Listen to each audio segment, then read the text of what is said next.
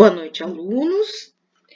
Só para reforçar com vocês, o terceiro bimestre em língua portuguesa termina hoje e nós vamos fechar com a correção da atividade interdisciplinar 3, certo? Então, vocês tinham aqui um resumo teórico a princípio, né? Sobre os fundamentos da reportagem, o que é e qual a estrutura. O foco aqui foi a respeito da estrutura de uma reportagem, porque uma das questões da atividade 3, assim, abordaria essa estrutura. E na sequência, nós tínhamos o texto base para a atividade de vocês, o que norteou vocês a responderem as questões. Então, nós temos aqui, um texto que fala um pouquinho, né, do que foi Isaac Newton. Isaac Newton, na verdade, foi um físico, entre outras coisas, e retrata aqui um recorte de uma quarentena que ele passou entre os anos de 1665 e 1666. Olha quantos séculos aí, né, já se foram desde tudo isso. E se a gente acha que essa questão de quarentena, de vírus mortal, de doença mortal, é algo desse século ou algo assim, né, dessa nossa década, né, muito se engana. No histórico aí das pandemias, a gente encontra tantas outras aí. E aqui no caso, nesse espaço de tempo compreendido, nós tínhamos Isaac Newton estudando na Universidade de Cambridge. E por conta da peste bubônica, né, que compreendeu aí essa etapa do século XVII, eles também foram obrigados a ficar em quarentena e, assim como nós, se isolaram nos seus lares, longe do trabalho, longe da escola. Mas Isaac Newton, né, por se tratar aí de um pesquisador, de um ser diferenciado na ciência, ele aproveitou essa quarentena para alavancar os seus estudos, né? E de tudo isso aí, dessa pausa que ele deu, a gente pode dizer que foi uma pausa produtiva, não só para ele, como também para a humanidade. Então, esse texto que vocês tinham aqui, ele retratou um pouco da situação, de uma determinada situação de pandemia no século XVII. E o texto nos diz que para a ciência, essa pausa ela foi significativamente boa. A primeira questão, aqui já abordando, né, os questionamentos do texto, ela nos solicitava o seguinte: reescreva a manchete da reportagem. Vamos voltar aqui no resumo teórico. Por quê? Porque o resumo teórico, eu recortei aqui apenas o foco da estrutura do texto. E ele diz para a gente que título ou manchete é a mesma coisa. Manchete do texto dentro da reportagem é o título que vai chamar a atenção do leitor. É aquilo que traz logo de cara o assunto do texto e aquilo que vai chamar a atenção do leitor. Então, se manchete é a mesma coisa que título, a gente tem aqui, o título do texto. Newton criou a teoria da gravidade durante quarentena de peste bubônica. Então, aqui, isso que está em negrito e sublinhado é a manchete do texto, porque manchete e título, no que diz respeito à reportagem, são uma e mesma coisa, correto?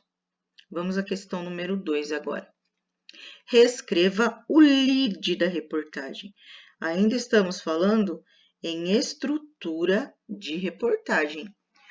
O lead no jornalismo, ele é o primeiro parágrafo do texto. Então, todo o primeiro parágrafo do texto vai ser o lead. Olha aqui o primeiro parágrafo do texto. longe de Cambridge e da epidemia que causou 100 mil mortes em Londres entre 1665 e 1666, o cientista ainda encontrou tempo para iniciar seus estudos sobre cálculo e óptica. Tá vendo? Primeiro parágrafo começa aqui e termina aqui. Isso é a estrutura da reportagem, certo? Aqui nós temos o título ou manchete e o primeiro parágrafo da reportagem é chamado de lead. É um termo do jornalismo, um termo jornalístico. Aqui nós respondemos a primeira questão, aqui nós respondemos a segunda. Vamos então à terceira. Os estudos que levaram à criação da lei gravitacional e universal. Essa terceira questão, ela vai falar sobre essa lei gravitacional universal. O que é a lei da gravidade? Vocês devem, com certeza, ter visto em física, talvez até no nono ano, que já começam os estudos aí, em ciências você já começa a ver alguma coisa disso. Existiu, né, nesse século aí, vamos pensar assim, uma situação em que Isaac Newton passou, por exemplo. É bastante lúdico isso, eu não vou entrar nos detalhes técnicos, mas, por exemplo, imagina que ele estava assim, embaixo de uma árvore, de uma macieira, e cai uma maçã dessa macieira, cai uma maçã no chão. De repente ele olha ali, e como ele estava sem fazer nada, ele falou, caramba, né, existe alguma coisa que faz essa maçã cair no chão, né? Não é à toa, pra gente que está nesse século aí, que não para pensar nessas coisas, a gente não vai olhar e vai falar, por que esse troço caiu no chão? Mas na cabeça dele, ele falou assim, eu vou estudar, né, o que faz, né, essa fruta, ou qualquer outro objeto, no caso ali era uma fruta, a entrar em queda livre, né? E aí, como vocês já devem ter visto, o que faz um corpo, o que faz um fruto ou qualquer objeto despencar em queda livre é porque em cima dele incide uma gravidade, né? Ou seja, incide ali uma força que faz esse trem despencar para baixo, né? Então a gente sabe que nesse sentido existe uma força de 9,8 metros por segundo ao quadrado, que incide em qualquer objeto, né, que faz esse objeto cair em queda livre. Na Lua, por exemplo, não tem gravidade. Por isso que quando a gente vê alguma imagem de um astronauta, alguma coisa assim, ele meio que está flutuando, né? Eles têm que ter uma técnica lá para se soltar, se tirar o cara lá do foguete, colocar ele lá para fora, ele vai voar, sabe Deus para onde. Então, na Lua não tem gravidade. Aqui na Terra nós temos. Então, na Terra existe uma gravidade de 9,8 metros por segundo ao quadrado, que atua em qualquer corpo, em qualquer objeto, que faz esse objeto despencar. Então, nessa época, foi a época em que Newton começou a fazer esses estudos da lei da gravidade, né? Para descobrir o que atua aí, o que tem de diferente que faz aí as coisas despencarem. E claro que existe aí uma série de cálculos, não é simples dessa forma, como eu disse para vocês. Tudo vai depender do peso do objeto que cai, mas a gravidade é 9,8 metros por segundo ao quadrado. E a terceira questão perguntava para a gente, de acordo com a reportagem, o que deu início à ciência moderna. Ou seja, foi esses estudos de Isaac Newton em relação, né, essa lei gravitacional e os estudos de óptica dele, nada mais, nada menos que mais para frente deram início ao estudo da ciência moderna. Então, aqui, de acordo com a reportagem, o que deu início à ciência moderna. Então, o que deu início a essa ciência? Foram os estudos, aqui ó, os estudos que levaram à criação da lei da gravitação universal. Então, a ciência moderna só existiu porque Isaac Newton deu início aos estudos que levaram à criação da lei da gravitação universal. Então, significa que a lei da gravidade, os estudos acerca da lei da gravidade foram o começo dos estudos da ciência moderna, certo? A número 4, ela pergunta assim para a gente. No contexto da reportagem, o que significa Ano das Maravilhas? Ou seja, essa pausa de quarentena, ela foi tão produtiva que na época eles chamaram de o Ano das Maravilhas. Agora, por que foi considerado o Ano das Maravilhas, né? Porque foi o ano em que Isaac Newton avançou nos estudos que deram origem à ciência moderna. Ou seja, houve um avanço tão grande nos estudos da física, né? Ou seja, o Isaac Newton, ele produziu tanto nesse ano em que ficou de quarentena, que esse ano foi chamado de Ano das Maravilhas, certo? Foi de acordo aí com as descobertas dele. É como se a ciência, a física, no caso, tivesse dado um salto tão grande, uma produtividade tão grande, que foi chamado de Ano das Maravilhas, certo? A número 5. O que ele diz aqui pra gente? Que o texto, ele retrata o lado positivo de uma quarentena. Não só para o então estudante universitário Isaac Newton, como também para a ciência da época. Ou seja, essa quarentena, ela teve o lado positivo, sim. Dessa forma, o que eu solicitava de vocês? Que vocês citassem um benefício da nossa quarentena.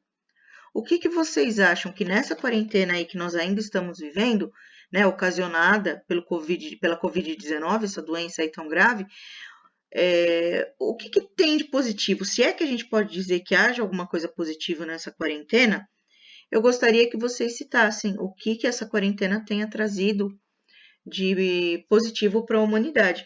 Era uma resposta pessoal, né? Cada um, eu acho que tinha que dar a sua resposta.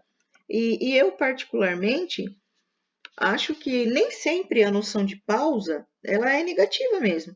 Às vezes você precisa de uma pausa para colocar as ideias no lugar, para repensar a questão da sua vida. É uma coisa que eu penso muito até mesmo em relação à minha vida. A gente tem uma vida tão corrida e todo dia parece que você faz sempre a santa mesma coisa, e como diria no inglês a expressão every single day, né? Todo santo dia a gente faz a mesma coisa e não para pensar. Nossa, mas será que isso está me levando para algum lugar, né? Será que se eu der uma pausa e virar minha vida de ponta cabeça, será que não melhoraria?